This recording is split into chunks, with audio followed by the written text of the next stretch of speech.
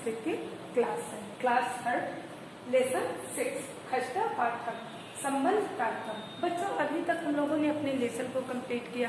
भावार्थ संबंध कारकम क्या होते हैं हम लोगों ने इसको पढ़ा। ठीक बच्चों, अपने भावार्थ को पढ़ा, अपने लेसन के संस्कृत शब्द और हिंदी अर्थ को हमने पढ़ा। अब हम लोग क्या पढ़ेंगे बच्चों, एक्सरसाइज अभ्यासों को कंप्लीट करेंगे। कल नंबर पे बच्चों देखिए क्या है कि उचित शब्दों की सहायता से रिक्त स्थानों की पूर्ति कीजिए। बच्चों आप लोग अपनी बुक में देखेंगे तो सेंटेंस लिखा है, लेकिन उचित शब्द फिल करने के लिए स्थान क्या है, रिक्त है। आपको क्या करना है कि उसको फिल करना है, सही सेंटेंस को देख के उसको फिल करना है। फर्स्ट नंबर पे हम देखेंगे तो हमारा सेंटेंस यहाँ पे क्या फिल होगा, हम इसको देखेंगे। तो क्या है, पहले एक्सरसाइज क्या है, नाम पौना अस्ति। अब यहाँ पे बच्चों क्या फिल होगा, मम। क्या फिल होगा, क्योंकि लेसन में भी आप लोगों ने पढ़ा था, तो जब अमन पूछता है त्वम नामम किम अस्ति, तो अमन कहता है कि मम नाम, पवन बोलता है कि मम नाम पवना अस्ति, मेरा नाम क्या है, पवन है। तो यहाँ फर्स्ट नंबर में बच्चों क्या फिल होगा, मम। अब हम आएंगे सेकंड नंबर पे। तो सेकंड नंबर पे बच्चों देखिए क्या है, सचिनस्य रिक्त स्थान है, नाम हरि अस्ति। तो यहाँ पे बच्चों क्या फिल होगा, सचिनस्य जनकस्य नाम हरि अस्ति। सचिन के पिता का नाम हरि है। थर्ड नंबर पे बच्चों आइए तो क्या है, लत्या रिक्त स्थान है आपका प्रयाग नगरे निवसन्ते। तो क्या है बच्चों, लत्या जनकः प्रयाग नगरे निवसन्ते, लता के पिता प्रयाग नगर में निवास करते हैं। फोर्थ नंबर पे बच्चों क्या है, गंगाए जलम रिक्त स्थान आपका है बच्चों, उसके बाद है भवति। ठीक, गंगा जल होता है तो हमें क्या फिल करना है, पवित्रम शुद्धम च भवन्ति, गंगा जल पवित्र शुद्ध होता है। ठीक बच्चों, अब हम फिफ्थ नंबर पे देखेंगे तो क्या है, धेनु नाम दुग्धम स्वास्थ्याय भवति, गाय का दूध स्वास्थ्यकर और क्या होता है, तो वही सेंटेंस हमें फिल करना है, हितकरम। फिफ्थ नंबर पे बच्चों क्या फिल करना है, हितकरम। गाय का दूध स्वास्थ्य के लिए हितकर होता है, मतलब गाय का दूध हमारे स्वास्थ्य के लिए क्या होता है, फायदेमंद होता है। बच्चों पूरा रिक्त स्थान आप लोगों के समझ में आ गया होगा। ठीक बच्चों, अब हम एक्सरसाइज नंबर सेकंड को कंप्लीट करते हैं। ठीक बच्चों, आप लोग ध्यान से एक्सरसाइज नंबर फर्स्ट को फिल करेंगे, इतना आप लोग ध्यान देंगे। ठीक बच्चों, जो सेंटेंस जैसे जहां लिखना है आप उसी हिसाब से फिल करेंगे। बच्चों अब हम लोग एक्सरसाइज नंबर ख को पढ़ेंगे।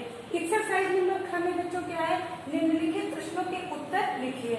आपको क्या करना है कि आपके प्रश्न है उसका उत्तर हमें संस्कृत में ही लिखना है।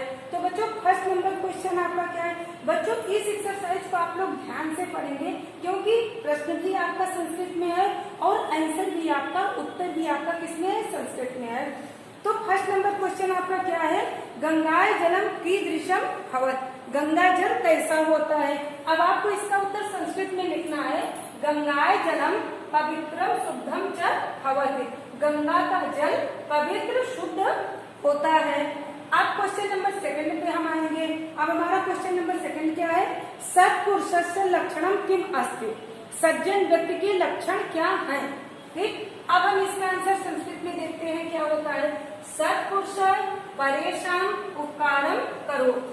क्वेश्चन आपका क्या है कि सत्पुरुषों के लक्षण क्या होते हैं, सत्पुरुषस्य लक्षणम किम अस्ति, सत्पुरुषों के लक्षण क्या होते हैं।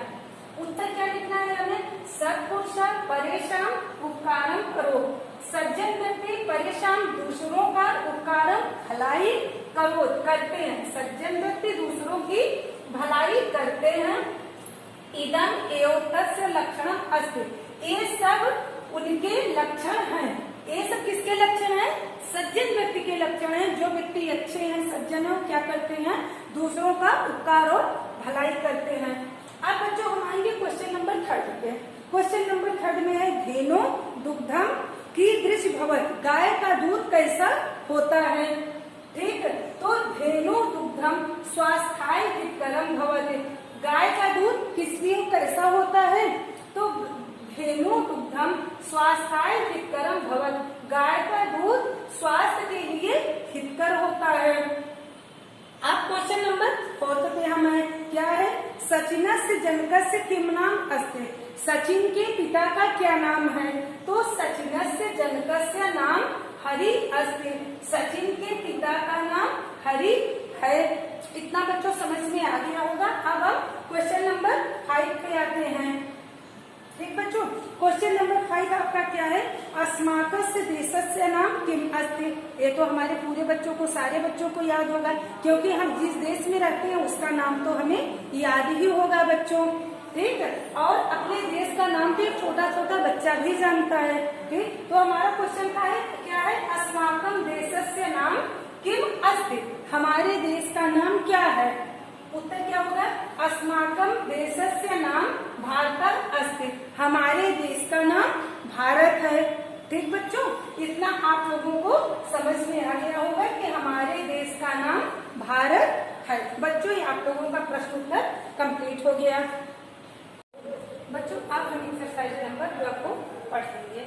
बच्चों देखिए, एक्सरसाइज नंबर 2 में हमें क्या करना है? निम्नलिखित वाक्यों का संस्कृत में अनुवाद कीजिए। बच्चों, आप लोग देखेंगे कि हिंदी के वाक्य आपकी बुक में लिखे हुए हैं। आपको क्या करना है बच्चों कि उसका संस्कृत में अनुवाद कर देना है, उसको संस्कृत में लिखना है आपको। हिंदी के वाक्य बच्चों आपकी बुक में लिखे हुए हैं। ठीक बच्चों, फर्स्ट नंबर पे क्या है? तुम्हारा नाम क्या है। फर्स्ट नंबर पे बच्चों हिंदी शब्द हमारा क्या है? तुम्हारा नाम क्या है। अब बच्चों देखिए, इसकी संस्कृत क्या होगी? तुम्हारा की संस्कृत होगी तौ, ठीक, क्या की संस्कृत होगी? किम, नाम की संस्कृत होगी नाम, है की संस्कृत होगी अस्ति।